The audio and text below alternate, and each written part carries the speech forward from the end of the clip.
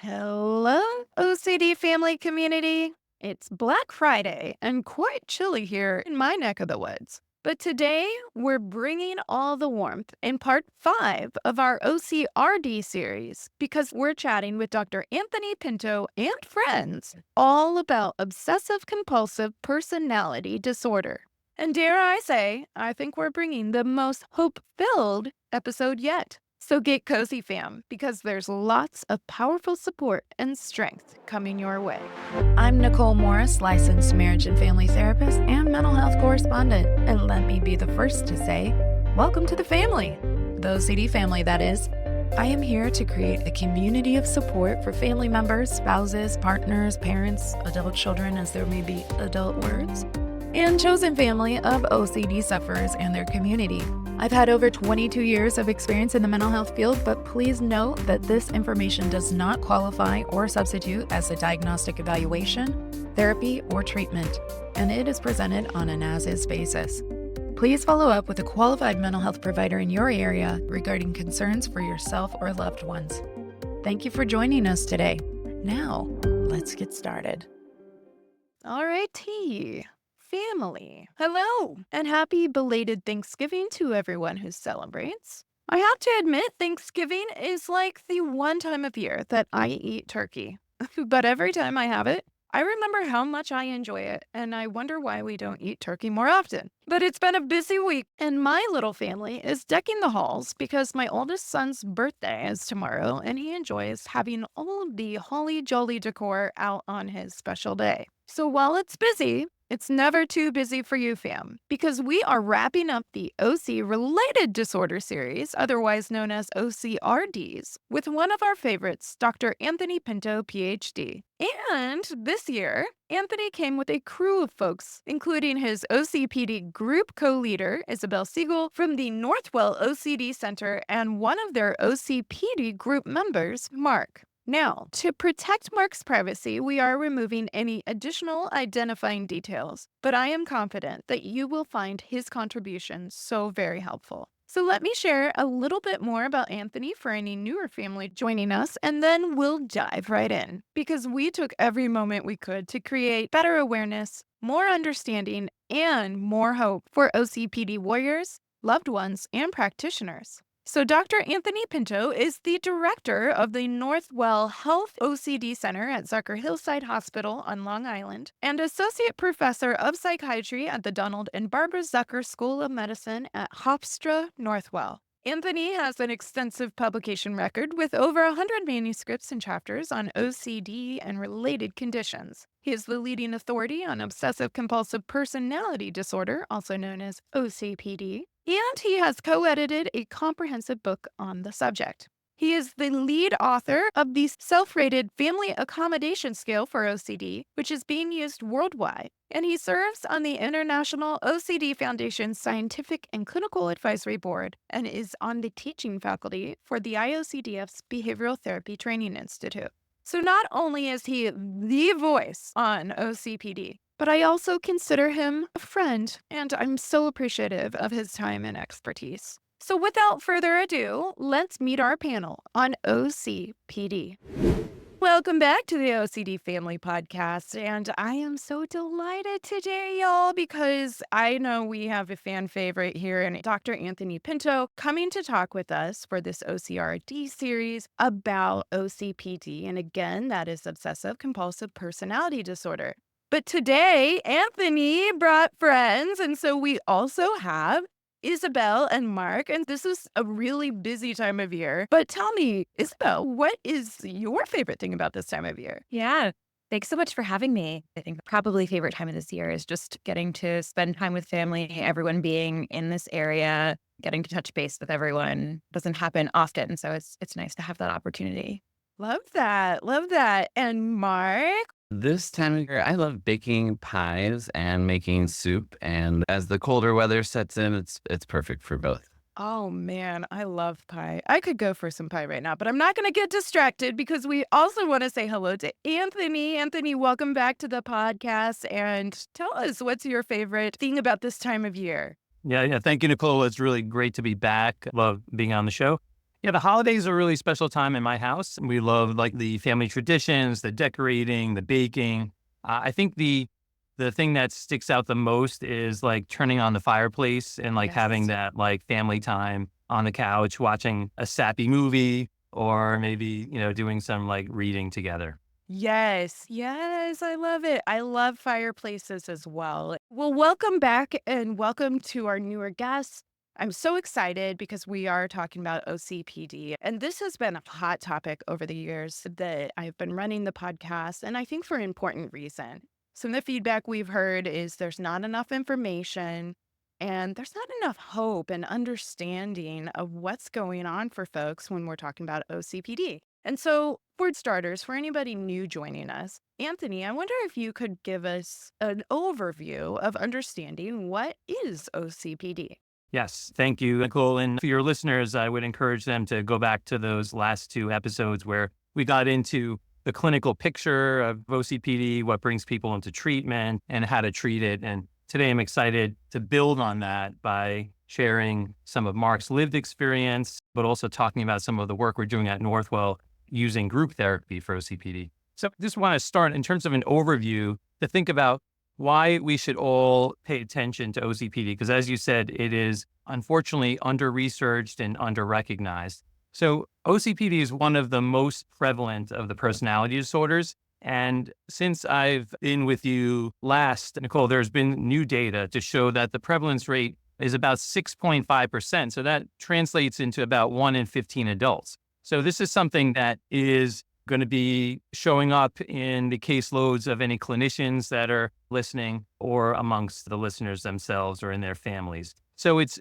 prevalent. It impacts functioning and quality of life. It often shows up with other conditions, whether mood disorders or anxiety disorders, OCD, eating disorders, and it can interfere not only in people's lives, but also in treatment for other things that they're seeking treatment for. So the purpose of doing your podcast is really to continue to raise awareness, because unfortunately, this is a blind spot for a lot of clinicians, and also to raise more awareness among the public. So in terms of what OCPD is, I guess I'll just step back for a second and just reference personality in general. So personality is our own unique stamp on life, like what makes us uniquely ourselves. So whenever I come on here, I think it's really important to not only send the message of hope about treatment, but also to destigmatize. And so we're talking about a personality disorder and using a categorical label because we want to help people understand what that is. And it also helps with planning treatment. But we're not trying to stigmatize this condition. So when we talk about a personality disorder, we're talking about the 3 Ps. We're talking about traits and behaviors that are persistent, meaning they've been in someone's life for a number of years. They are pervasive, they show up across contexts, and they're problematic in that they're affecting the person's functioning. And so what does it look like in OCPD? So the core features of OCPD are a maladaptive form of perfectionism that gets in the way of completing tasks, and rigidity that shows up in terms of insisting on one way of doing things or following certain rules and systems, which end up becoming very time consuming. Some of the other traits that we've talked about are a hyper focus on details, rules, lists. These are people that may be excessively devoted to work at the expense of leisure or relationships. They tend to be hypermoral or judgmental of other people, sometimes confrontational. They may have difficulty with accumulating clutter because of partially completed projects or reading material that they haven't gotten to. There's difficulty delegating tasks to other people, which can show up in problems in terms of sharing household chores or in terms of doing work or school projects.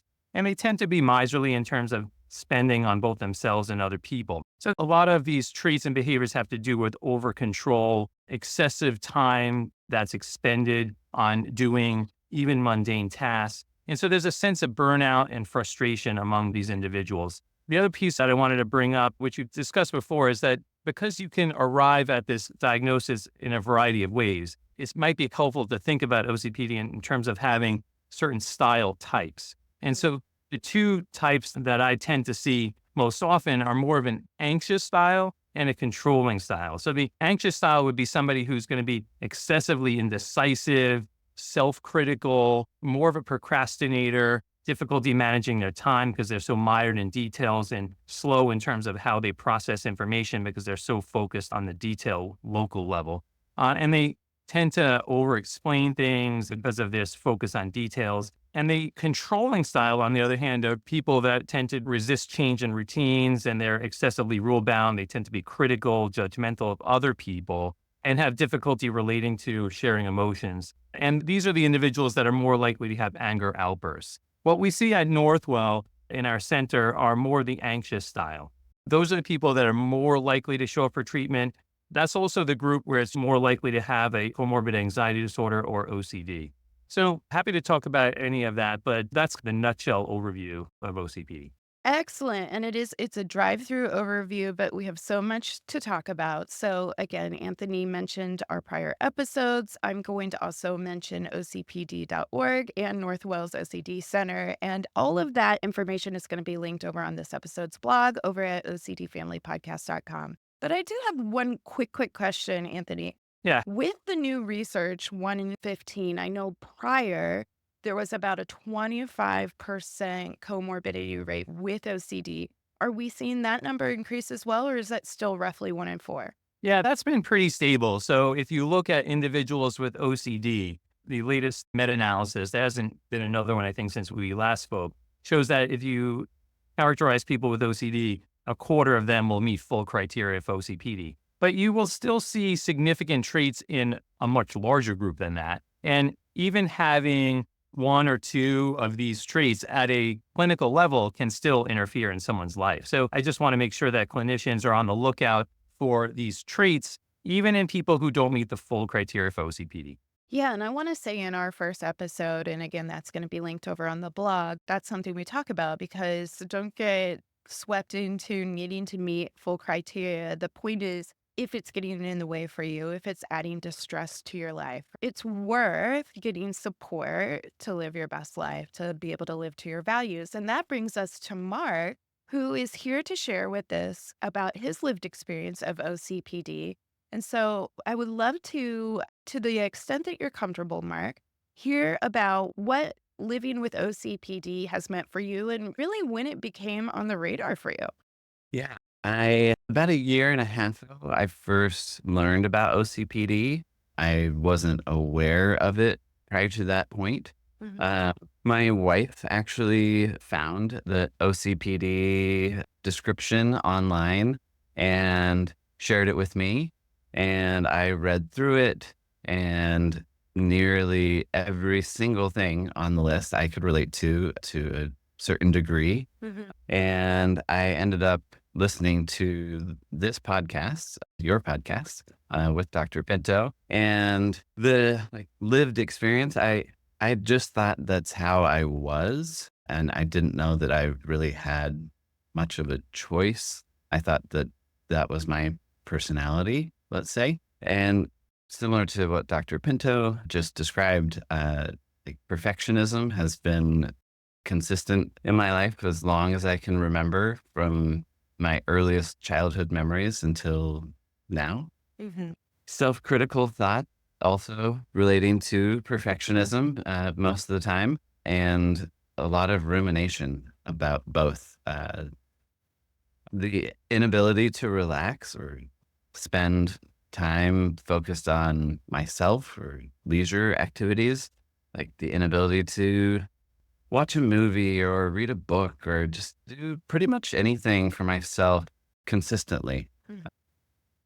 And I'd hold myself to an impossibly high standard and take everything to, I felt, whether it was a personal thing, a work commitment, a family commitment, a volunteer commitment, everything was of equal importance, and everything had to be done to 100% completion. And I didn't know there was another way, but I was burned out, and I'm able to function on very little sleep. So I would complete everything, and the sacrifice was my health and sleep. Yeah. Yeah. Mark, can I ask a quick question? Were you receiving praise for your execution of things, whether it was for work or it sounds like Our spouses have that special ability to speak into us in those constructive ways, right? But a lot of people were probably providing you the feedback. Wow, Mark, right? This is really efficient. Wow, you got this done. It's not too much for Mark. Everybody look at him. Yes, definitely. And I viewed many of the traits as beneficial, or so I thought, especially from a work perspective and being able to provide for myself and my family. But I noticed it getting in the way in a way that I and my wife recognized was not working, especially with regards to my family, my wife, my children, and also to a certain extent, extended family relationships. Yeah. Can I ask you, Mark, what was it like when you read it? You said, oh my gosh, this is me, but also it can be hard when there's some kind of diagnosis attached to it or a personality disorder. That feels big. And so, can I ask, what was it like? A, finding something that was so validating, but B, also going, what? Like, this is considered a disorder. What was that like for you?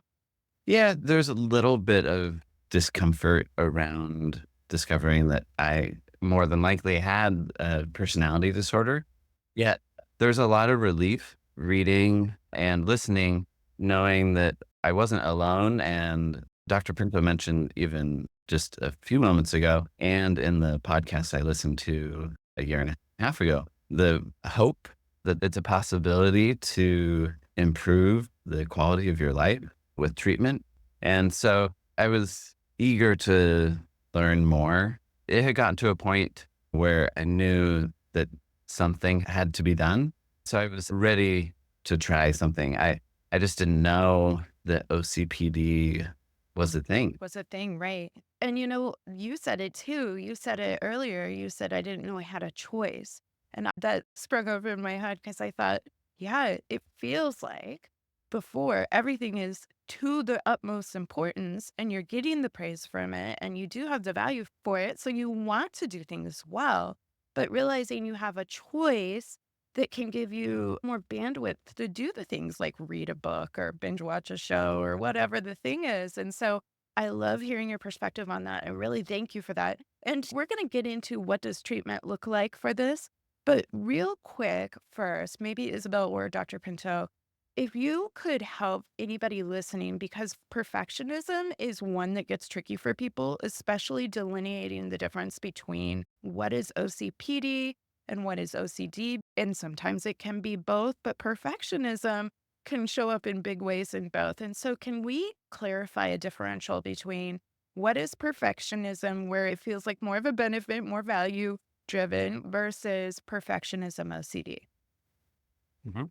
Yeah, so that's a great question. So perfectionism has adaptive pieces to it, right? So striving to achieve certainly can be very adaptive and can lead to success, and is a trait that we'll see in people who are high achievers. So when the perfectionism that we're talking about today that's associated with OCPD and can show up in other conditions like anorexia nervosa or OCD, is a clinical perfectionism or a maladaptive perfectionism where the striving is for unrealistically attainable goals that the person then puts themselves through extreme self-sacrifice in order to achieve, which Mark was describing in terms of sacrifice of health with regard to diet or sleep, exercise, but also with regard to relationships and other quality of life and leisure.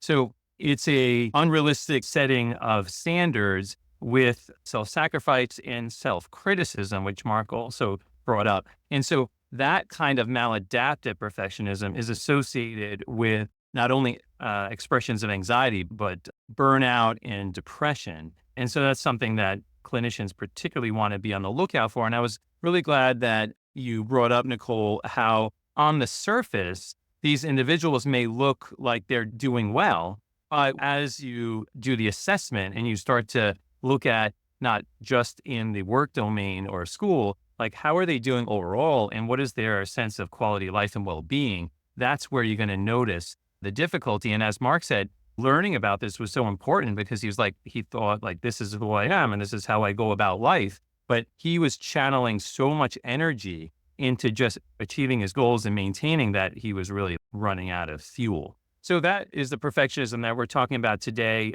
And like I said, it can show up in other conditions. Isabelle, you want to add anything to that?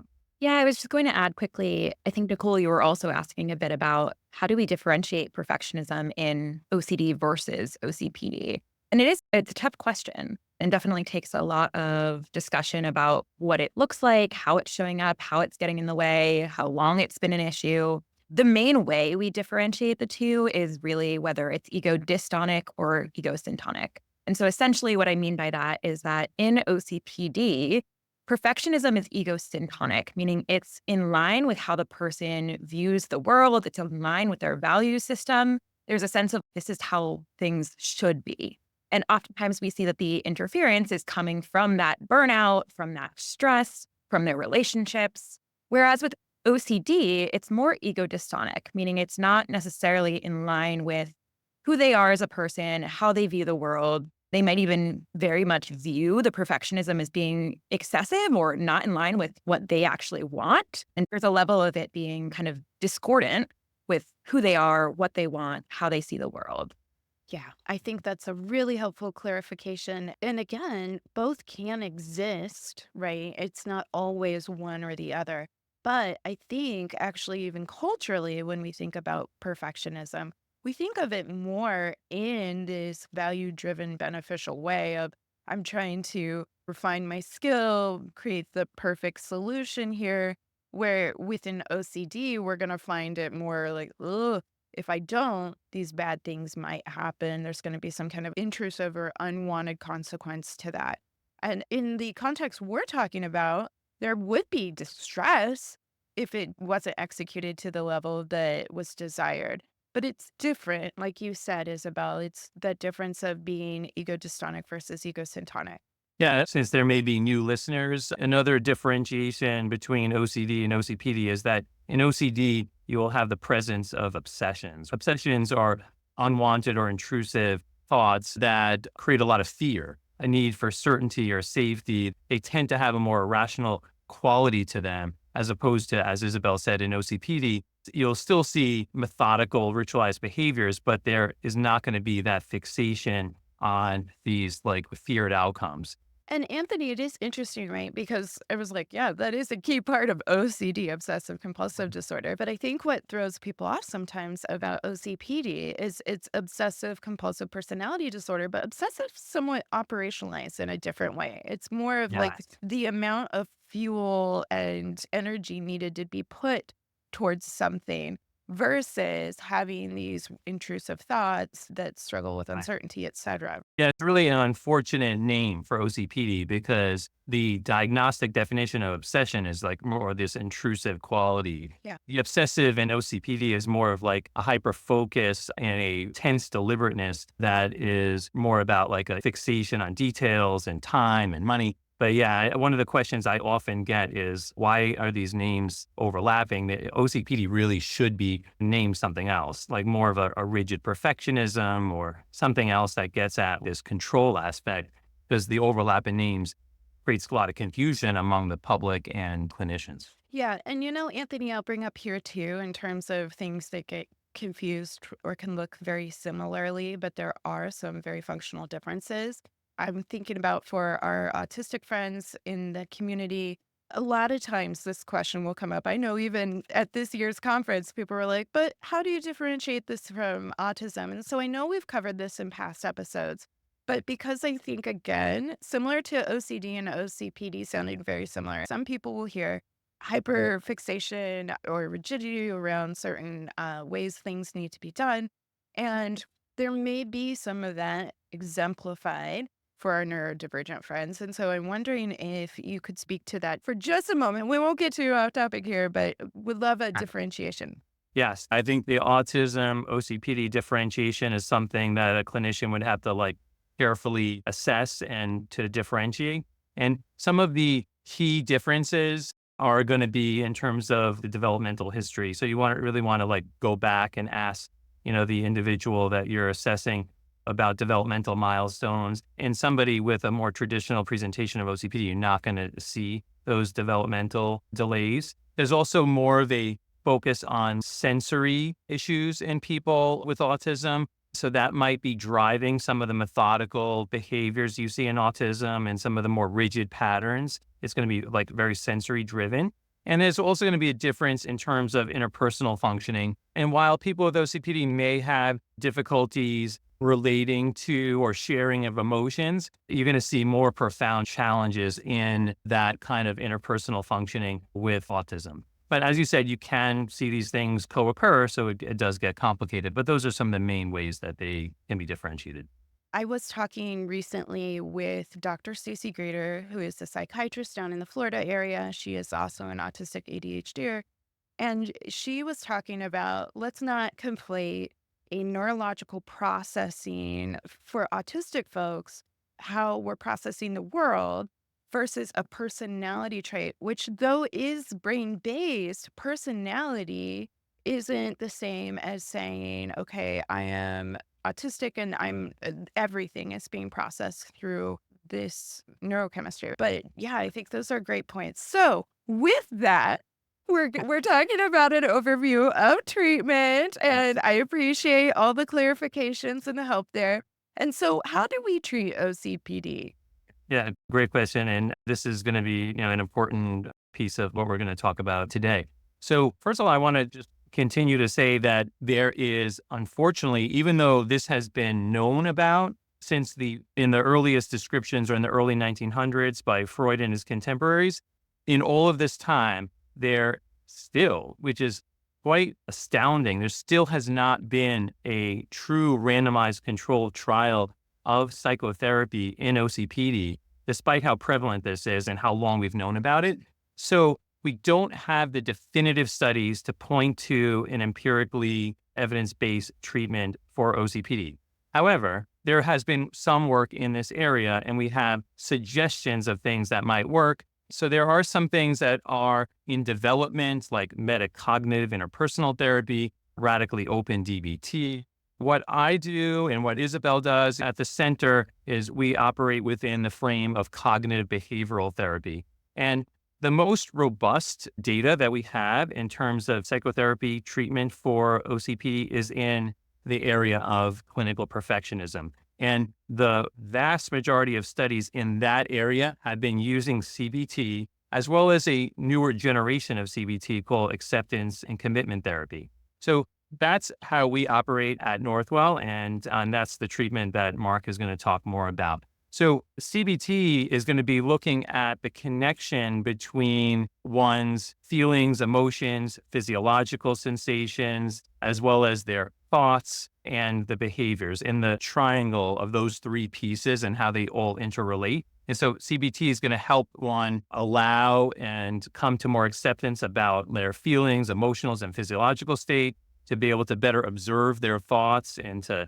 better evaluate them, as well as changing behaviors ultimately in terms of having better treatment outcomes, creating more time and space for their values. So we're going to break down some of the components of CBT today. The other intervention for OCPD would be in the area of medication. And this is another area where there has been strikingly little work done in terms of research, but the data that we do have gives some support for selective serotonin reuptake inhibitors to treat the anxiety and depressive symptoms that come along with OCPD. So there are some medication options to treat some of the things that come alongside OCPD traits. So that's the overview, but we're going to get into the breakdown of it. I love that. Thank you for the overview. So, when we talk about this within the context first of individual therapy, Mark, again, to the extent that you would be comfortable sharing, would love to hear about what your experience was like doing individual therapy for OCPD. Yeah, with individual therapy, much like what Dr. Pinto just described, we started off with breath work.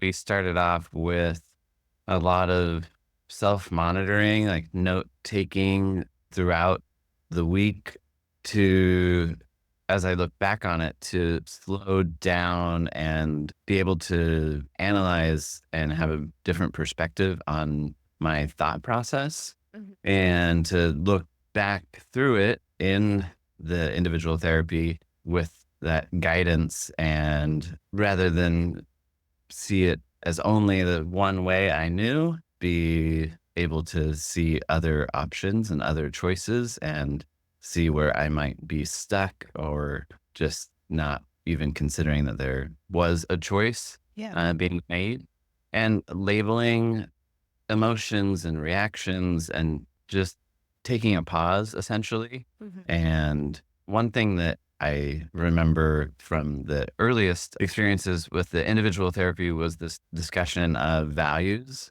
And like Dr. Pinto and Isabelle described, I can relate to there's the like hyper moral, and I had very high standards, like my values are part of who I am, yet I didn't ever put it on paper and break it down in a way Mhm. to analyze how I was spending my time and how that aligned with my values, and that I had a choice in how I was spending my time in alignment or not with my values. Yeah. And you know what? What I really love and appreciate about what you're sharing is that it's not about saying you shouldn't value that. It's about understanding the cost and how much energy you're putting towards or fuel you're putting towards it. And if you're putting so much fuel towards everything, it's not sustainable, right? You are going to burn out, like you were talking about earlier. And so treatment actually allows you to connect and find a way, a path forward to be able to live to your values, because when you're so exhausted and burnt out, it's impossible. And we were talking even before we started recording about parenting. And so you add on something like parenting that's already exhausting. Love the kids, but they're exhausting. And there's so many important values that I'm not actually finding joy and even allowing myself space to recharge with a good book or anything like that, because I am so burnt out. And so I love that treatment was in part learning how you can connect more, because the idea probably prior to treatment was I'm trying to live to all my values. And you realize, like, gosh, I'm missing out on most of this because I'm running on fumes. Exactly. Yeah. And when I first read about OCPD prior to treatment, prior to working with anybody at the OCD center, I had this worry in the back of my mind. And I expressed this as well in my intake interview and when I first started individual therapy, that I was nervous I wanted to change. I was curious and excited to learn about the opportunities to live a more balanced life, to enjoy life more. At the same time, I was worried how that would impact my work. I thought, oh, if these things that I view as such an important aspect of my success at work change, what impact is that going to have? And I remember everyone I worked with at the OCD Center highlighted that the therapy wasn't prescriptive in a way that all that therapy was the same for everybody, that we each as individuals got the opportunity to define whatever our values are, and we are helped along the way to live a more fulfilled life, whatever that looks like for each individual. And once I understood that, I think any of those fears and barriers I had up kind of disappeared. I love that. And I so appreciate you speaking to that, because I think so many people, I would imagine, at least with lived experience, are going, well, am I going in the treatment center, or the therapist, et cetera, the family around me that's been maybe giving me this feedback? Do they have an agenda to change what's important to me and say, you shouldn't care so much? And it's not that you shouldn't care so much. No, it's actually you care a lot. And so let's help you feel connected and more balance in the things you care about.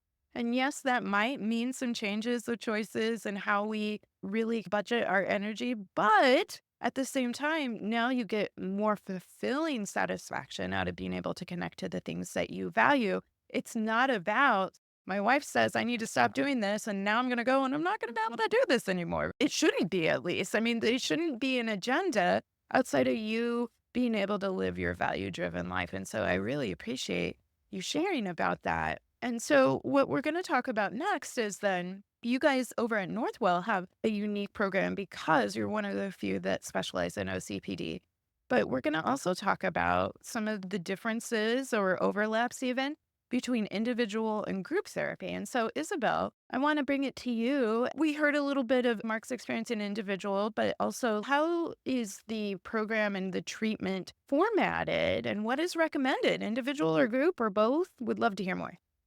Yeah, great question. So, a lot of our individuals who come to us with OCPD are in both individual and group. And we really think of group as something to complement individual therapy. And I'm sure Mark and Dr. Pinto can talk a little bit more about that as well. But there are benefits of group therapy that people don't necessarily get in individual, or they get less of in individual. The greatest benefit of group therapy is just this opportunity for support from peers, from people who have similar lived experiences, Yeah. and that ability to feel less alone, to hear about people who have had similar challenges. And I think with that oftentimes comes a decrease in some of the stigma that is really oftentimes associated with OCPD and with personality disorders in general. I think some other benefits are there are so many opportunities then for feedback from peers, both in terms of accountability. So oftentimes in our groups, we have members set homework assignments or behavioral commitments, and then they have a full host of people holding them accountable in a very, I think, supportive, compassionate way, wanting to see them do whatever is going to be best in terms of their long-term progress, and really just have this like check-in system plan. So our groups typically meet weekly, and so someone can set a goal and then a week later, check in with all of the other group members about how that goal went. There's also a modeling component that I think is very beneficial. We see group members talk a lot in our groups about how to apply these specific skills to their unique challenges. And with that, people get to watch each other apply the skills, and that helps them to then apply the skills themselves. Yeah. And can also just increase motivation. So if one group member sees another group member using a skill successfully and sees that that is really working for them and actually causing an increase in their ability to experience joy, to live according to their values, I think that helps with some of the motivation. And then I would say lastly, so everyone in our group is also an individual at some point. So a requirement for our group is that people have been in individual. Though we oftentimes see that group members, once they end their individual therapy at the center, will continue in our groups. And so we've also seen that the groups help serve kind of like a maintenance or relapse prevention function, where group members kind of keep themselves sharp on the skills, can continue applying the skills, can hold themselves accountable even after that individual therapy has ended. I love that. And one of the things that you highlighted there first, and I love the emphasis of where it fell first, whether it was intentional or not, was really normalizing, letting people know they're not alone. Anthony at the top of the show said 1 in 15 people. This is so normal. And so many people are living with this sense of shame, this sense of exhaustion, this sense of distress and loneliness, maybe because it's harder to engage in their value-driven relationships because they're so busy. There's not enough time in the day. And it is such an important piece for people to know that they're not alone. So I love that emphasis. And I wonder for you, Mark, you talked a little bit about what it was like being an individual. What did you find that the group added that you weren't getting in individual therapy? What was one of the differences that stood out for you? Primarily that I wasn't alone, that we, like Isabelle mentioned, I think the group I'm currently in, there's roughly 10 of us, and it has been equally important to the individual therapy. As I was looking back on the progress I've made, there are certain things I tie to individual therapy, and there's certain things I tie to the group therapy. And I really think that both have been integral in my journey. The group has helped me identify blind spots, certain things that I wasn't even aware of, that someone else's lived experience and their generosity in sharing has highlighted things for me, whether it's exactly the same or similar. When I first started out in the group, I had never been in group therapy before. I was a little curious and nervous, and I was relieved once I joined the group. The dynamic of our group has people on many phases of their journey, many places. Like some people have been in individual therapy in the group for, at least when I joined, for about a year, if I remember correctly. And others had been there for a couple months, others a couple weeks. And that really helped me feel comfortable. And there's so many things from the various individuals in our group that I have jotted down brief notes about things that have been said that I can relate to and going throughout my daily life. There's specific things I think about almost on a daily basis that I can tie to things I've learned from group therapy. And yeah. I love that.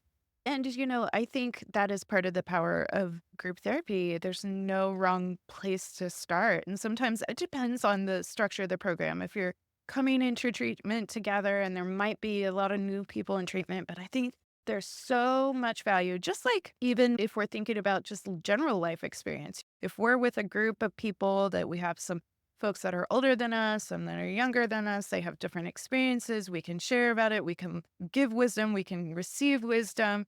Is similar in the group structure that you can have people that are like, okay, we've been at this, but they also might have some blind spots that they've been at it so long they didn't see. And somebody with some new, fresh eyes coming in can go, how's this functioning? How's this working? And vice versa. And so I love that. I think that's a beautiful thing. And when we talk about groups, I think sometimes a common question that comes up is, are we talking about, okay, we heard Mark said group therapy, we're talking about group therapy. What's the difference between group therapy or, say, a support group? And how do we understand the benefit, or if I should be seeking out a group, like what kind of group should I be seeking out? And so would love maybe, Isabelle, if you want to start us off with some differences there. Yeah, great question. I think oftentimes when people hear group, they think about support groups because of all we see kind of represented in the media. So oftentimes people think of things like AA or Alcoholics Anonymous, which is more of a support group than a treatment group, with the main differentiation being that support groups are peer led. So oftentimes there's not a therapist or licensed clinician present. It really serves more of that support function we were talking about, getting feedback from peers. There might not be a direct focus on intervention. And like I said, the biggest difference is that it's really focused on that peer relationship, peer interaction. Yeah. Oftentimes with that, we also see that support groups are open to anyone. So anyone can join regardless of maybe even the physical location or state that they're in, regardless if they've met with a therapist beforehand. Really, they're more open to whoever is interested. Yeah, that's a great point. And Anthony, maybe you could help shed some light on then treatment groups. So we understand from Isabel's excellent sharing thus far that it's support led versus clinician led, but would love to understand from your perspective more about treatment groups. Yeah. And we can mention this again later, but you brought up OCPD.org. There is a support group that people can read more about if they go to OCPD.org. The name of the group is You, Me, and OCPD. It's free. It runs twice a month, and it is open to both those with OCPD and family members. So that's a resource that's available to anyone, no matter where you live.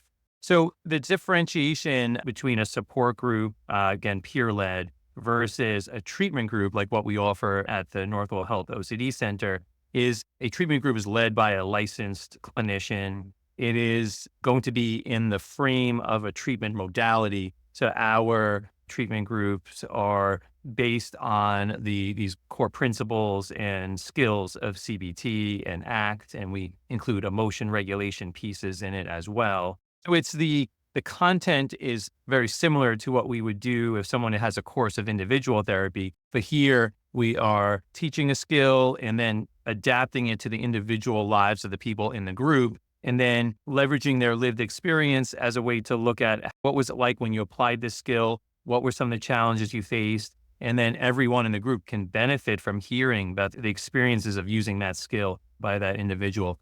So it is focused on evidence-based approaches.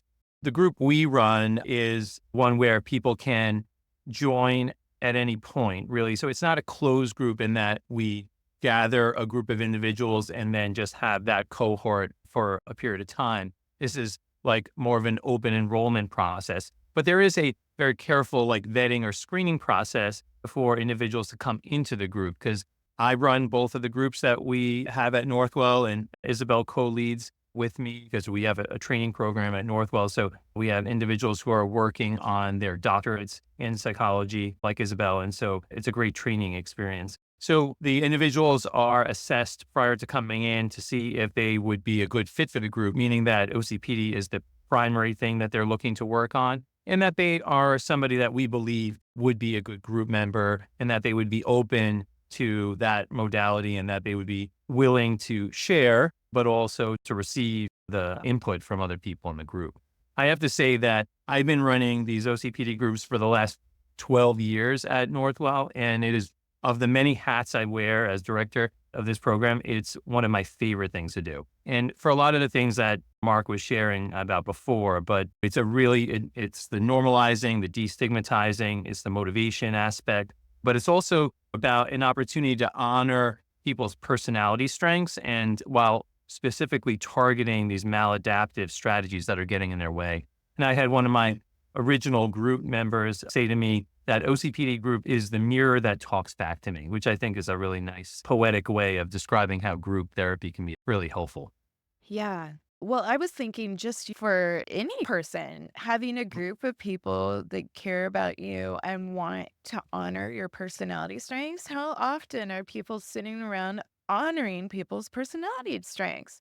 I feel like we could use more of that across the general population. And so it's a beautiful way of framing it, because I think so often the stigma around any mental health disorder, but particularly when we're thinking of personality disorders, they're misunderstood. There's a lot of ignorance, and then people make snap judgments. And really, this is a process of honoring personality strengths individually so that you can feel like you have more work-life balance, but also that group aspect. I love how that creates some balance and that constructive mirror from people that are walking those similar roads. We're all uniquely individual, so we all have our own roads, but we can speak to the journey, we can speak to the struggles, and how beautiful to have that type of support. So, can I ask, does this group, some people may be in it a year, some people less, is this open ended in terms of how long you would be in the group and participate? Because it sounds like Isabelle said earlier, some people do individual and choose to stay in the group. What are the parameters with that?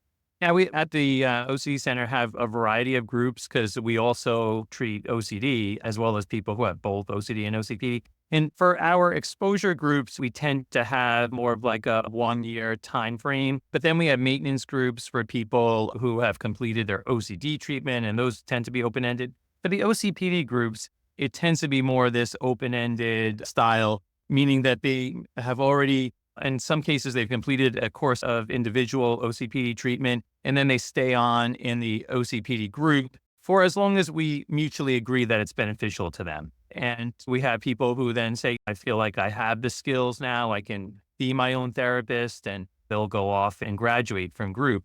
But it's really like a discussion about when we think would be the right time. But there's no set time limit for the group. I could tell you a little bit more about the nuts and bolts of the Northwell group. So we usually cap at about 10 members. They are led by a licensed psychologist as well as a psychology trainee. They meet weekly for 1 hour, and it's done on Zoom. These groups were in person prior to COVID, but now we have found, since we've made that transition to virtual groups, it really helps those that are at a distance to attend. So the individuals who participate in our OCPD groups have to be in New York State because that's where I'm licensed. So treatment groups are going to be geographically limited to the license of the person running it. Members can join on a rolling basis, as we mentioned, and we do attend to privacy requirements, meaning that the individuals who attend the group have to every week make assurance that they are in a private space. and that we don't have any expectation that anyone else will be coming into that space, because we really want to protect the privacy of all the members and make it a safe space. You also need to be in a stationary place. You can't be in a moving vehicle, or obviously not driving, for safety reasons. So those are the parameters for the group. Excellent. And so I know for so many folks listening all over the world, not just here in the US, but all over the world, they're going, oh, it's in New York. And how do we do this? How do we create this? And tell me more about the nuts and bolts of how treatment looks. And so we're going to talk about the main skills in the CBT group for OCPD. And Isabelle, if you would start us off with education about OCPD. And again, I know we covered at the top of the show and in past podcasts, we're not going to go super in depth here. But to what degree do you go into the education piece? Because as you said before, everyone has done some individual work at this point. And so I imagine that's covered pretty thoroughly in the psychoeducation there as well. But how is education or psychoeducation covered in the group? Yeah. So we definitely do spend a decent amount of time covering psychoeducation at the beginning of treatment, even for those who have already gotten that from individual therapy. Part of that's because it's always helpful to review. And then part of it is because we have members in our groups with both OCPD and OCD. And so some of our group members, individual treatment is more focused on OCD, and they've done less OCPD work. So it's helpful to start everyone from this mutual understanding of what OCPD is, what it looks like, how it gets in the way. And we also really use the time for community building and support. So people can start talking about like what OCPD uniquely looks like for them, how it affects them, how it's impacted their lives, and what they want to get out of group, what they're hoping will change. Because I think something we've really been careful to emphasize here is that the goal of treatment is never to change the fundamental core aspects of a person's personality or who they are, but rather to focus on where are these traits starting to get in the way or to become excessive, and can we start modulating some of that? Can we start helping them to reduce the amount that these traits are getting in the way? Yeah. So focusing on like, what are the unique group members' goals? What goals do they share? How can we as group leaders and the other group members support these goals? And also talking a little bit about how OCPD differs from OCD, since you have members in our group who have both experiences. Yeah. So I think this psychoeducation piece is really helpful just from a normalization standpoint, a goal setting standpoint. And we definitely do spend the early portions of group really focusing on it. Can I ask, does it get tricky when you have, I mean, I already know. Does it get tricky? Come on. Anything I say next is going to be like, yes. But does it get tricky when you have some folks that are also going through the thick of it with their OCD to keep on task for OCPD, since OCD is not going to be relevant for everyone in the group? Because I can imagine, I know I have lived experience of OCD myself, how immersive it can be. And so depending where people are at in their treatment, I would imagine that can get a little sticky. Yeah. I'm sure Dr. Pinto could speak to this perhaps more than I can, but I think we also, in assessing for fit for the group, really pay attention to that. I think there have been times where we've had group members who do a trial run on group and are very focused on OCD and aren't able to meaningfully engage in discussions about OCPD. And at that point, we might decide that that person isn't the best fit for the group at this very time. Maybe later on, when their OCD is better managed, they could join this group. But it does become a tricky question because then we also know that OCPD can get in the way of ERP treatment for OCD. So it's like a whole, which came first, the chicken or the egg type of situation. Right. So it is, to answer your question, yes, it's tricky is the most straightforward answer. Yeah. We do find that if people are getting derailed or stuck in their ERP for OCD and they have OCPD, it may be helpful to really focus in on flexibility and bolster that piece of things. So something like individual therapy for OCPD or the add-on of group therapy can be helpful for those individuals to really focus in on the flexibility or the perfectionism that might be getting in the way of their OCD treatment. But we really try to frame these meetings, our OCPD group meetings, to be about OCPD. We name it, we're very transparent about it, we do a lot of education about it. And for those where OCD is really like bubbling up as like so interfering that they can't access or do the things that we're working on in this OCPD group, it may be time to just to pause and to really lean into more individual work or some of our other groups so that they can then return to the OCPD group when they're better able to focus on this aspect. Yeah, that's a really great point. And something I'm trying to recall which episode it was from, but I think something we've talked about in the past, Anthony, too, is OCPD is very, very distressing, especially when you get to a D level of anything. The disordered level means it's starting to interfere in different areas of functioning. And so for a lot of people coming in, a lot of our fam here, you're going to be more familiar with OCD. And we know how distressing OCD is. But what I think is really important, and hopefully something that we've been able to highlight, not just in this episode, but in prior episodes. And if there's one thing I wish, and to be transparent with a goal I have for even our chat together today, is for people to understand when we're talking about OCPD, it can be incredibly, incredibly distressing Mhm. and so overwhelming and so limiting in terms of your ability to really engage in life. Like Mark was talking about earlier, even having free time. What's that? Time. What's that? And so I think a lot of people are aware of how distressing OCD is, which speaks to the work we've done in educating here because a lot of people didn't understand it before. Media doesn't portray it well, but OCPD also is completely misunderstood in this. And so it is really, really important for people to have that space to be able to recognize that they're not broken people. They're just having a struggle with some choices that they didn't know were choices. And there is hope and there is support and there are 1 in 15. Look around. You're not alone in this. So I love that point. And that kind of speaks to the readiness and vulnerability factors. If there's anything else, Isabelle, you would add in there, please feel free. Yeah. So I think we talked a lot about how the distress of OCPD often comes in the form of this like burnout, Yeah. this stress related exhaustion, this feeling like a person is completely on empty. They have no mental resources left. And with that, it can be hard for people with OCPD to meaningfully engage in treatment because they're already doing so much. There's so little mental energy to put towards treatment. And so early on in our groups, we really like to focus on allocating more resources to treatment and to really replenishing a person's mental resources Mhm. so they can put more towards therapy. And oftentimes, what that looks like is we use this metaphor of a gas tank where we say, if your gas tank is on empty, you're not going to have anything to put towards treatment.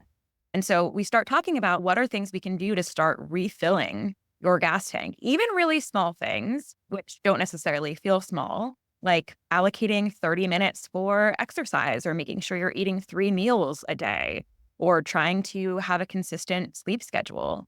All of these things are going to help replenish that gas tank and give a person just more reserves, both mental, physical, whatever it's going to be, to first participate in the group, but then also to take what they do in the group and apply it elsewhere in their lives.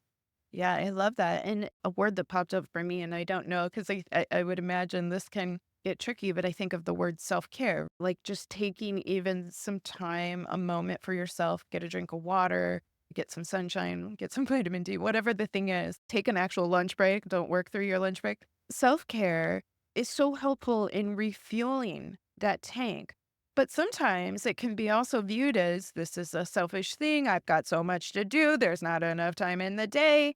And we know if our batteries are empty or our fuel tanks. I love the imagery of that because I think in analogies all the time. And I think that's helpful. We have to be able to add fuel, sometimes just even eating, actually getting some protein, fuel for the body to be able to continue forward. So I think that's a really good point. Yeah, exactly. The therapy itself, whether it's individual or group, is going to be effortful and it's going to require gas in the tank. And so if that tank is flashing on empty, we really need to address that first before we do the behavior change that's going to be part of this treatment. So even taking small steps towards replenishing, because these individuals tend to be intense and they tend to be rigid about how they go about self-care. So we really want to dial down the amount of intensity there, but have some way of approaching the replenishing of the gas tank so that they can be fully present and in the best shape possible to do the behavior change of the therapy. Yeah, really great point. And so I know something that we've talked about before, Anthony, is this concept of the dimmer switch. And again, in terms of how we're budgeting energy or how we're allocating our fuel, I have always really loved this analogy, but I would love for maybe any new family or just as a review, like Isabel said, never hurts to revisit psychoeducation. Can you share more about what that looks like and how you use this dimmer switch mentality for treatment? Yeah, this is one of my favorite metaphors because I think the visual can be really helpful for people. So if you think about a light switch, it's either on or off. I mean, that tends to be the way that a lot of people with OCPD approach the effort that they put into a task or the amount of time that they put into a decision. So it's that all or nothing. I'm either going to put maximum effort or not at all. The problem with the light switch is that it doesn't allow for any modulation or gradations of effort for things that don't really require 100% effort. So what we're trying to get people to understand, whether it's an individual or in group, is let's imagine that you could dial up or down the amount of effort you put into a task, a la a dimmer switch, based on how important that particular task or decision is to you in your life and how connected it is to your values. And so Mark talked before about taking that pause, and that pause is going to be really important as a way to use this dimmer switch, because if you don't take the pause before you enter into a task or a decision, you will go towards your default mode, which is maximizing. And so taking that pause and grounding yourself would allow you to say, okay, I'm going to be loading the dishwasher. This doesn't need to be my shining moment of the day. I can dial down my effort and put in deliberately little effort for something that's really not so important in the big scheme of my values. This is something to get done, but it doesn't have to be done with great finesse and with great precision. So it's really a tool for determining how much effort I will put into this task and how much energy does this actually require. Because one of the things we keep hitting on today is that OCPD, there's a time allocation problem. And so if we want to allocate more time towards bigger values, we need to conserve time on things that are of low importance. And so the dimmer switch allows you to turn down, even though it's going to be uncomfortable because I'm used to being very precise about my chores, I'm going to turn down my effort because I want to save time for my relationships and for my other aspects of quality of life.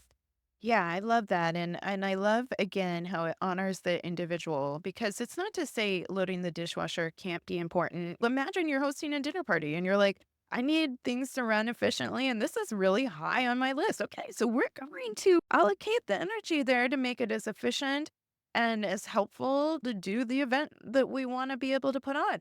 But most days, I'm guessing we're not putting on dinner parties. We're not having Right. VIP people over and all of that. And it's not to say that there's one right or wrong reason on why this can be a value, but in the scheme of all the things you need to get done in a day, I almost think of like a pie chart where it's like, okay, well, I need to get that done, but there's 50 other things I need to get done and there's just no time. Plus, I'm supposed to at some point hang out with family, maybe read a book, I don't know, listen to a podcast. But yeah, I love how it honors the individual. And so I wonder, Mark, again, to the extent that you would be comfortable sharing, how have you applied this dimmer switch analogy in your experience of treatment?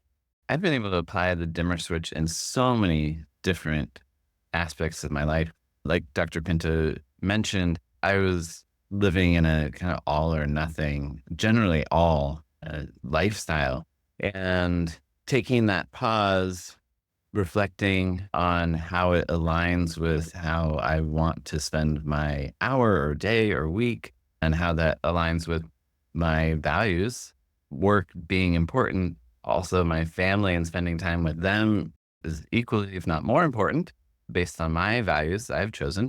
The ability to turn down the energy and time that I put into any given task, like putting dishes in the dishwasher, vacuuming the house, leaving unfolded laundry for a day or two because there's something else that is more important to my values.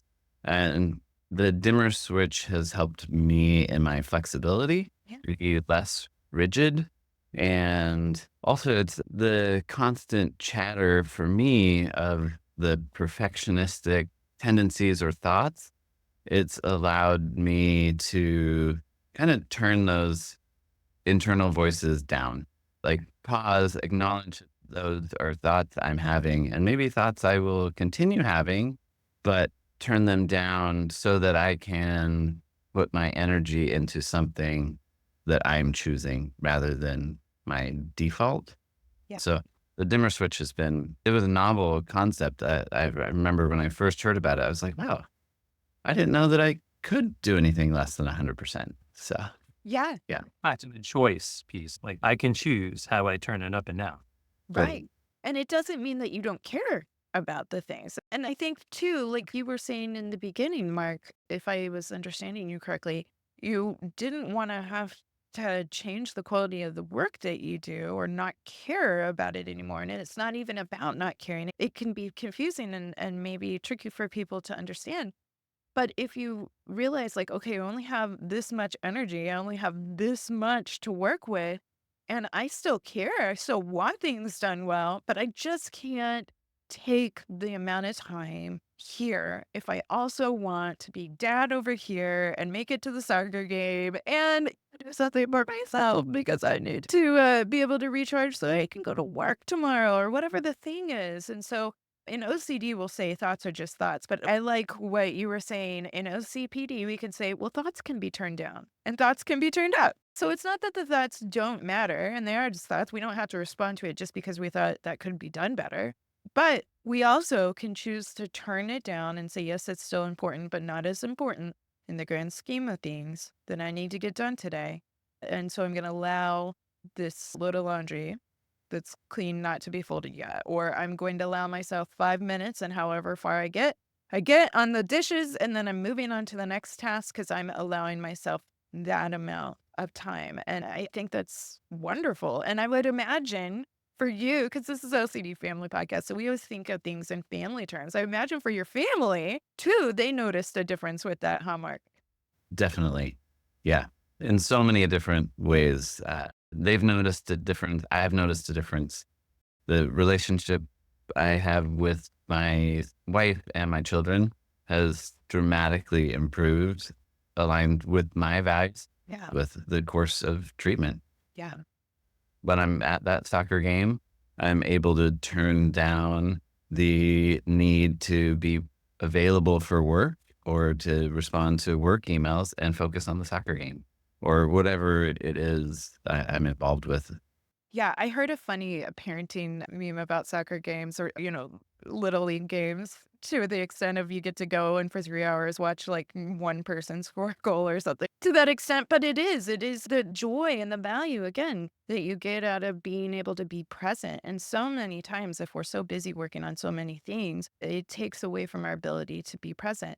Anthony, I was thinking about in recent years, there's been a campaign around learning more about growth mindset. And that reminds me very much of this conversation. And again, I wouldn't be surprised, 1 in 15 people. But so much of having a growth mindset is learning to have some of that flexibility and allowing some room for us to be able to connect with our values and say less to this thing to get more of this over here.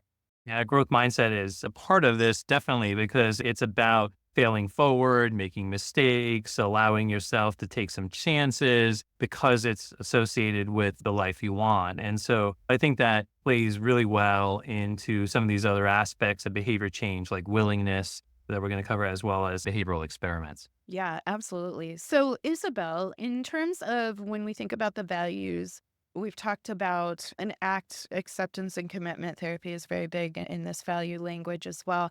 But in terms of helping group members connect to their values, especially since it is going to be unique to each individual, can you talk more about how, because a lot of people probably coming into the group, even or at the beginning, maybe not just coming in, but depending on where they are in their journey, their value is going to be, I want to do all of this well, though. I really need and want to do this well. Like Mark was saying, I want to do the all. Was the all in the all or nothing? So can you talk to us a little more about values? Yeah. So, I mean, I'm sure people have heard that values is a really critical part of treating OCPD. I would probably argue that it's the most important part.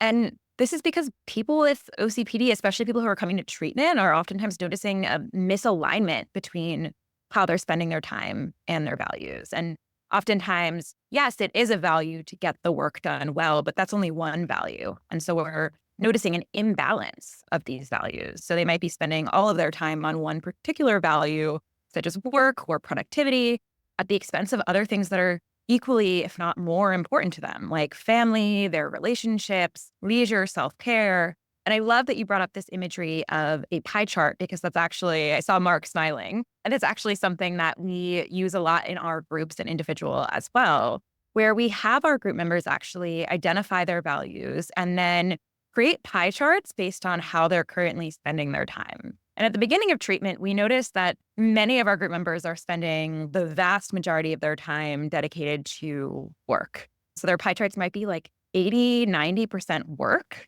with very, very little room left over for the other pieces. And we talked about how, like, yes, it would be amazing if we could give all of our group members just more hours of the day. We can't do that. And something's got to give in that pie chart then. We can't add more slices to the pie chart. We got to take away. We got to reallocate. And so we ask our group members to identify what values are being underrepresented in their daily lives and to then set specific behavioral commitments to increasing those values. So, for example, if a person identifies, hey, I'm spending way too much time at work, like 90% of my pie chart is work, and I'm really feeling actually that I'm missing out on my relationship with my partner, we might set a specific goal of like, okay, one day this week, I want to leave work early or leave work at an appropriate time to go on a date night. So, really focusing on turning it then into concrete assignments and steps to make this a little bit more manageable. Yeah, great points. And again, this actually goes into our next point really well because it can be hard, especially in the process of learning to allocate different slices of the pie or budget time and energy here to allow ourselves that room and give ourselves compassion and grace. We're feeling like we left something undone, not quite to the quality that we know is possible, that we're capable of. And I think capability gets thrown around in a lot of different areas of life. Because if you're capable, then you should be able to do it, right? Well, it's not that simple because a lot of times there's lots of things we're capable of doing. But is that what we need to do? And to your point, even Isabelle, what you were saying, is that prioritizing one value and missing a lot of other values in the midst of that. And so can you speak to that inner voice, Anthony, that is going to be wanting to sharpen and improve things? And so a byproduct of that, I would imagine, is that self-criticism that can come out and just the process of how that is handled in group. Yeah. So first of all, just giving people some education that that inner critic, the self-criticism is a big part of the OCPD experience.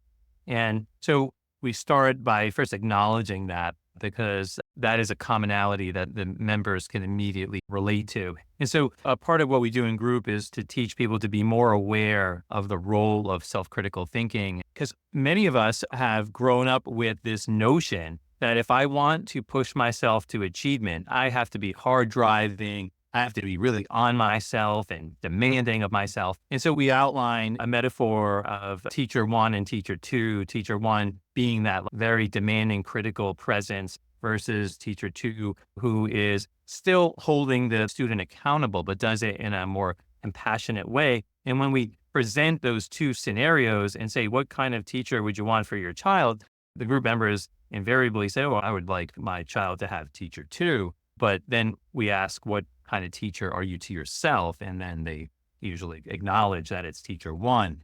So that awareness can be really helpful. And then we use other strategies to make people aware of how that inner critic might be impacting behavior. And so we'll use another metaphor called the passengers on the bus, where we have them, and we do this through a meditation, have the individual imagine driving a bus down the road towards the life you value, as Isabelle described. But as you're driving, you have these passengers that are coming up and yelling all kinds of derogatory things to you, telling you that you're going to fail, that you're never going to amount to anything. And Members then are asked, how do you usually react when those critical passengers are yelling at you? Do you pull over, in which you then become stagnant and you're not moving towards your values? Do you start fighting with those passengers, which also derails the bus? Do you freeze? So we go through these different scenarios. And so the point of that is to help people to understand or better manage the relationship they have with thoughts, and to allow them to see that just because this noise, I have this noisy brain, or this noise is around me, this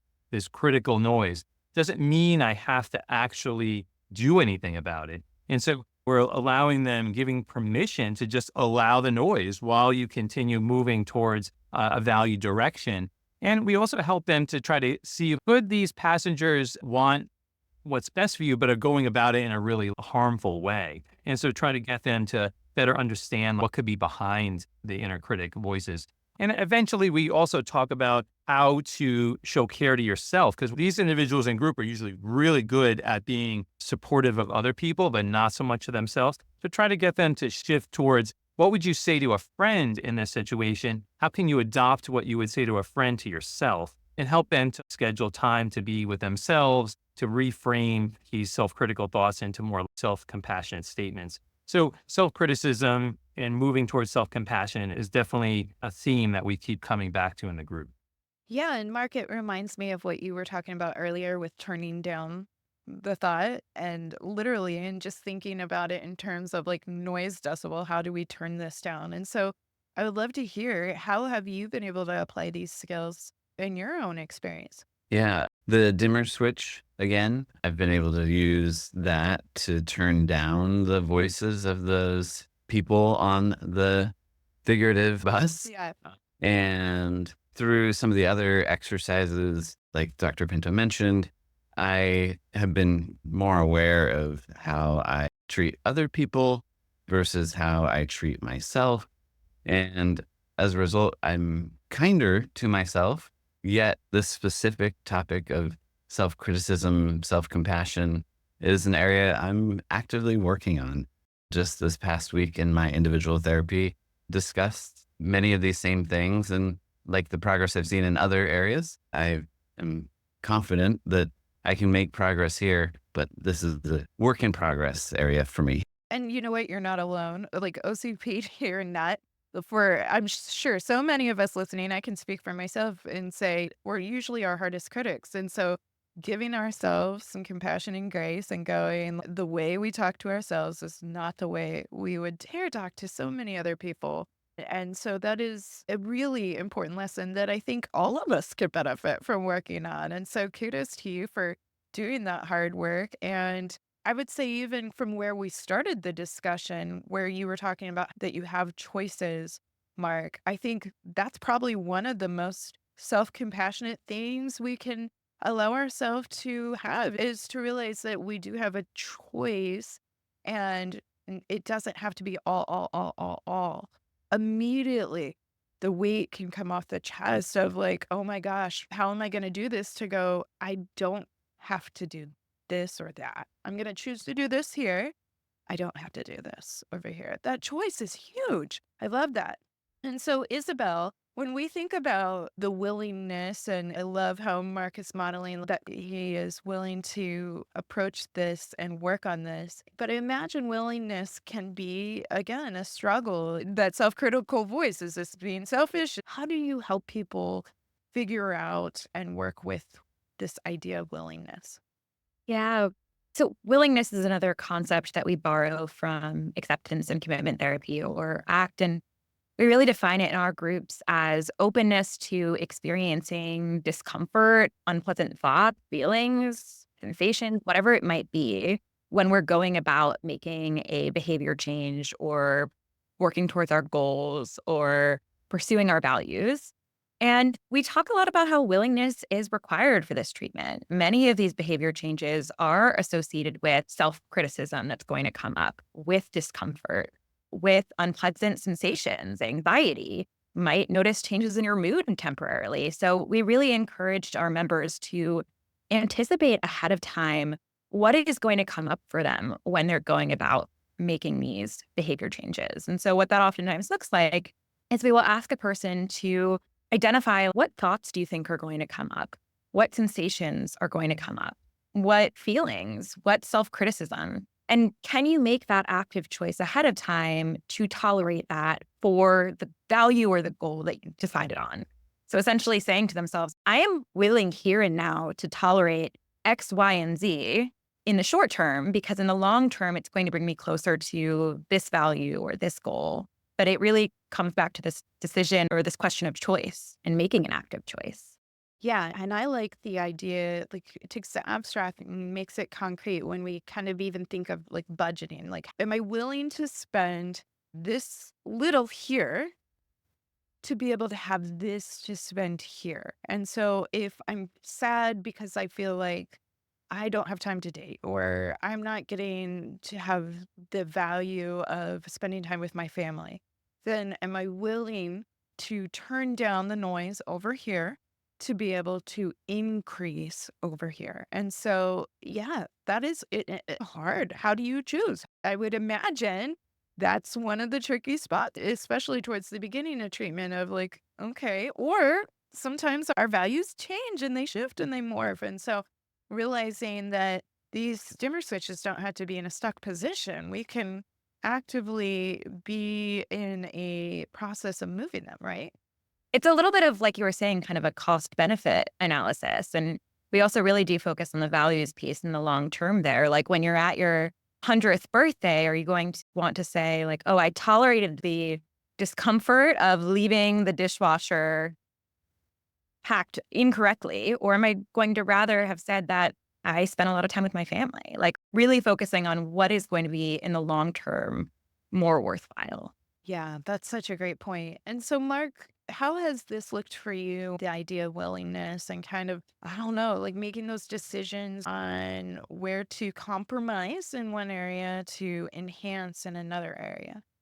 Yeah, both the individual and group therapy, the little experiments, or behavioral experiments, or games have been helpful to see how I can tolerate discomfort on things that don't really make a difference in the larger picture, like leaving a dirty dish in the sink overnight, or other things kind of similarly, relatively not important in the bigger picture, but cause discomfort at the moment. And those have allowed me to have more confidence when I'm making choices about larger things that do have more of an impact on how I'm spending my time in alignment with my values. And so those have helped me like build that muscle and know that, oh, I can handle a little bit of discomfort here in order to put my energy over on this other thing. Yeah. Like one thing that has come up in group that I can relate to is when sending an email or something, just the need for it to be perfect and to proofread it 45 times and come back to it a couple hours later and read it again. And so I remember one homework assignment I chose was to just send emails in a more efficient manner. And if there were spelling errors or something wasn't clear, that was okay. Yeah. Uh, Those are great examples. And I love the idea of what you said with building that muscle because it does take practice, right? And I'm not a gym aficionado. Okay. I go from time to time. But if you go and lift something new, even if you're like helping a friend move, and anybody I'm sure can relate to that, you lift something, you feel sore the next day, and you're like, gosh, yeah, that was hard. But then if you were to keep at it or you were to continue with that, that soreness doesn't stick around to that same level of intensity because you are really learning to work that muscle. And it is different the more you practice. And so I love that example. And, Mark was talking, Anthony, about these behavioral experiments and this part of the treatment. And would love for you to share with the fam here a little more about what these behavioral experiments are designed to do and how they can help.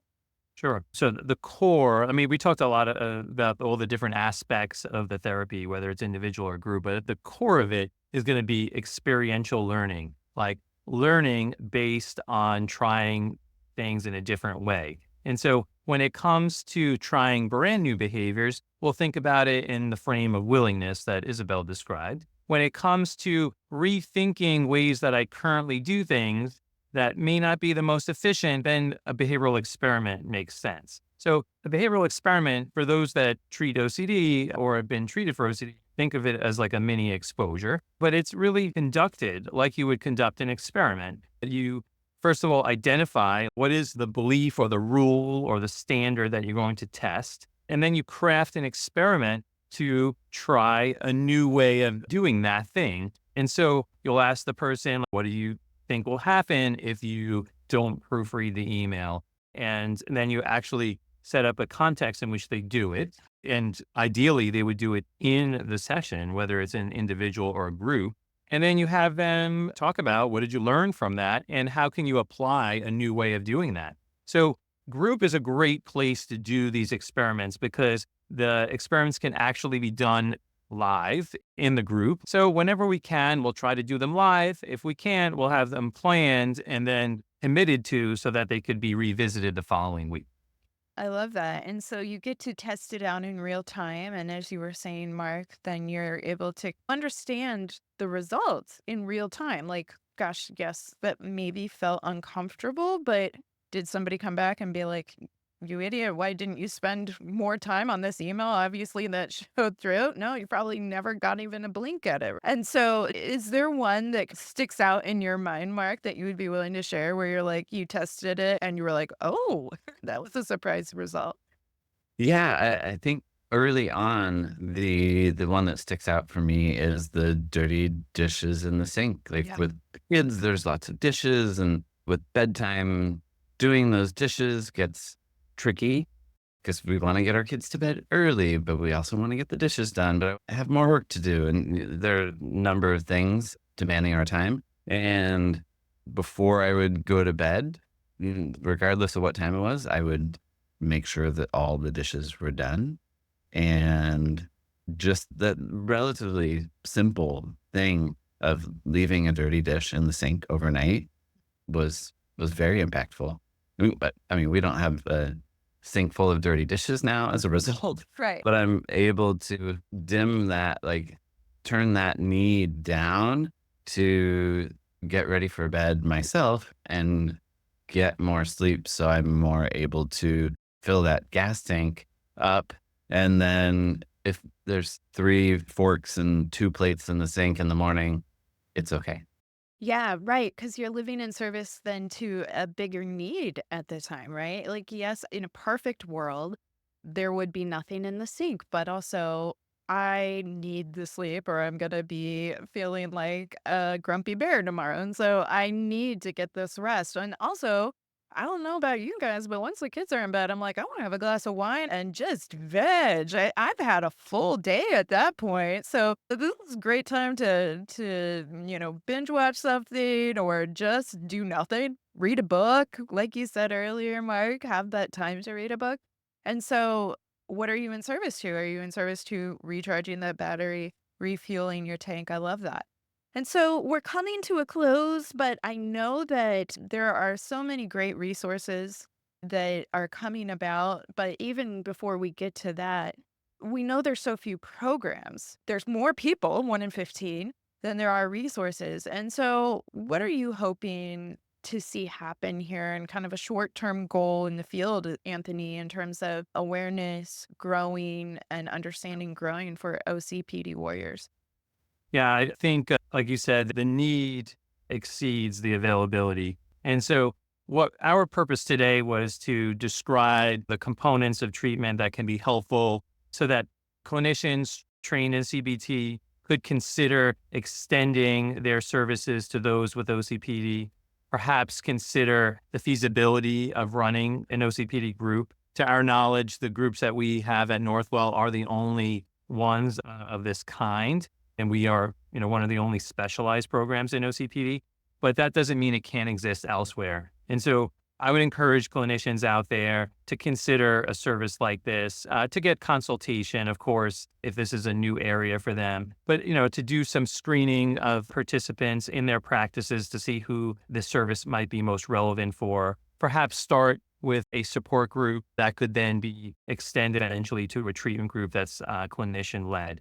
But the goals here are to raise awareness, to provide more training for clinicians in terms of identification and treatment of OCPD, to work on self-help strategies, to put some of these tools more directly in the hands of people with OCPD who maybe don't have access at all in their geographic areas.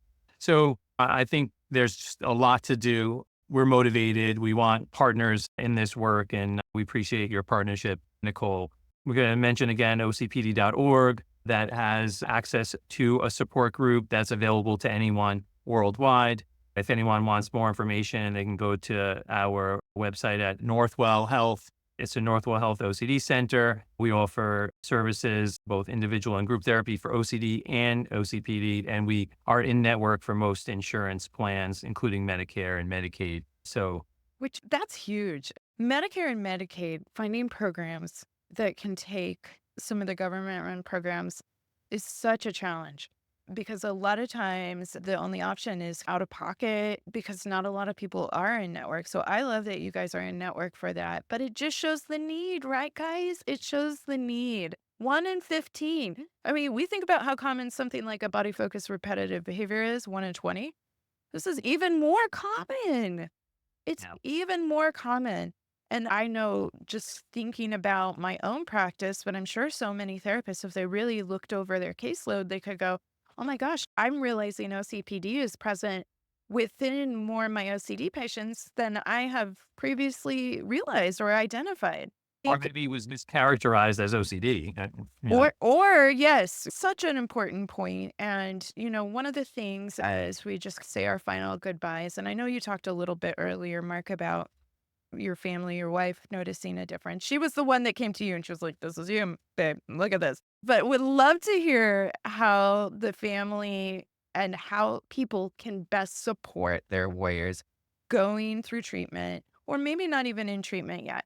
What is something that you would want family members to know and understand about people with lived experience of OCPD? That's a great question.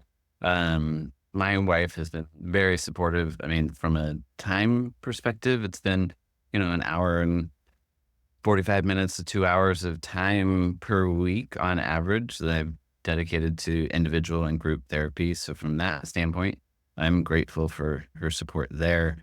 And I think for me, similar to the feeling that I wasn't alone when I learned about it, Yeah. just having those discussions with family members and acknowledging like, hey, this is who I've been. I've been making choices based on these things I didn't think I had a choice in, and together working through that.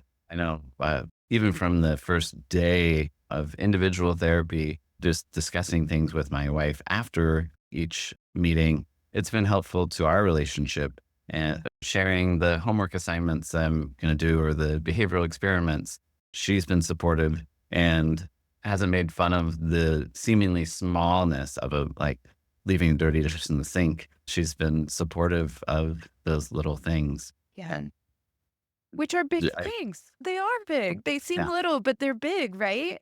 totally. Yeah. So if I'm hearing you correctly, it's about that communication, like be willing to communicate. Sometimes you probably receive a lot of feedback about, as we all in our partner relationship, what we're not doing right or how we're annoying other people or whatnot. But having some proactive communication about the process, what you're learning, and celebrating those wins. That's so important to be seen, to be understood. And so it's not a matter of, gosh, you've got to stop doing this, this, and this. It's, gosh, I have a choice between this, this, and this.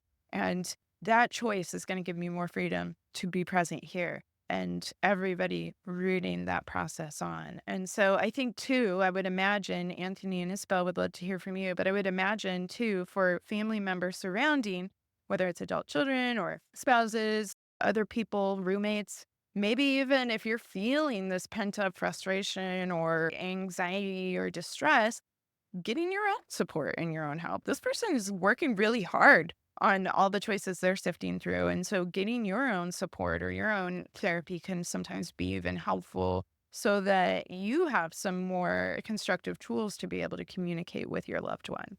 Absolutely. Yeah. I think support for loved ones is really important. Therapy services for the loved ones can be really helpful just in terms of getting the support for managing the stress that can be present in households when OCPD is present, helping to manage boundaries, especially for those that are more the controlling type, and helping the family member to exercise healthier boundaries when somebody might be criticizing them, but also support for those where the loved one is presenting with this more anxious type to come up with strategies for helping them. Yeah, I think that group that I mentioned via OCPD.org is open to family members as well. So that can be a real starting point for Yeah. getting education and learning ways to support.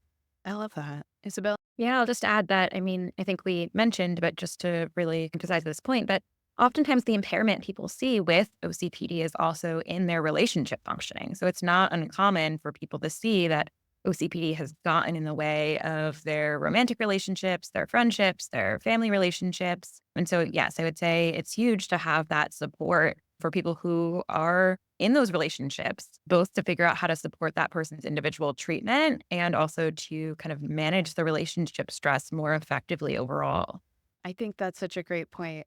Well, you guys, we have used every last strip of time. This has been absolutely fantastic.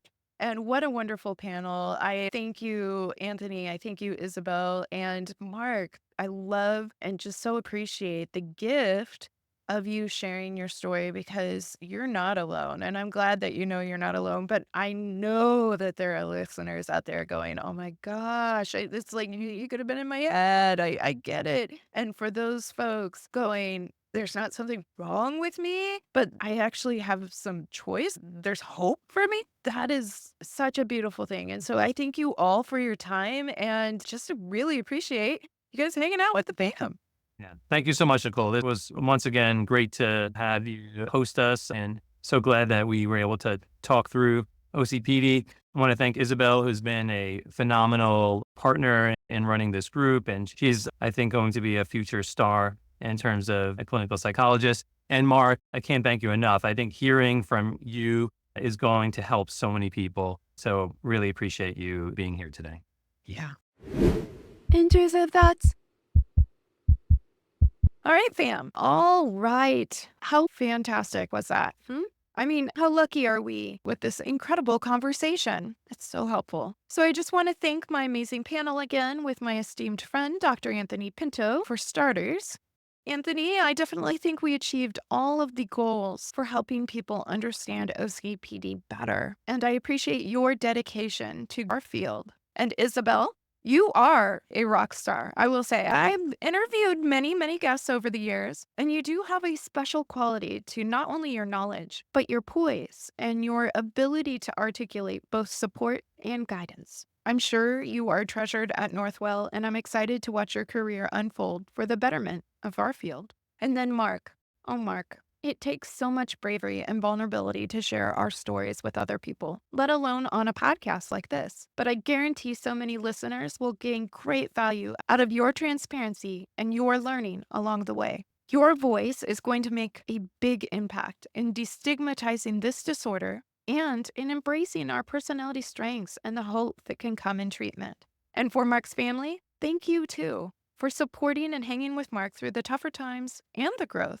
We're all better together. And as Mark noted, particularly when it came to his beloved, you are such a great source of strength and support for him. So thanks again, everyone. And this brings us all to the Intrusive Thoughts segment, which is the application segment of my show for any newer family joining. It's that time where we take what we've heard and we figure out how we can apply it here and now. So for today, I'm going to lean into that idea of self-compassion, and I'm going to ask for all of us how we address those other passengers in our head. Whether you struggle with OCPD or not, how do you talk to yourself? Do you correct and recalibrate in value-driven ways? Or do you criticize or even shame?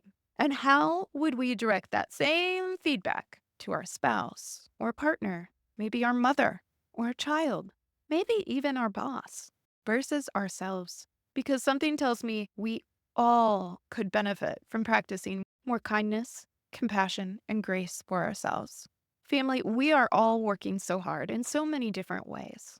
So let's remind ourselves that we're pretty riz, no cap, even if we don't exactly know what that means. And also, let's remember to look around because we're not alone in this. None of us. And we are better together. Thank you for joining me and our OCD family community. If you enjoyed what you heard today, please like and subscribe to the OCD Family Podcast wherever you enjoy your podcasts. Did you find this content helpful? Please consider leaving a review. The more people that know they're not alone, the better. For more information regarding today's podcast, please visit ocdfamilypodcast.com and remember to join the email list while you're there.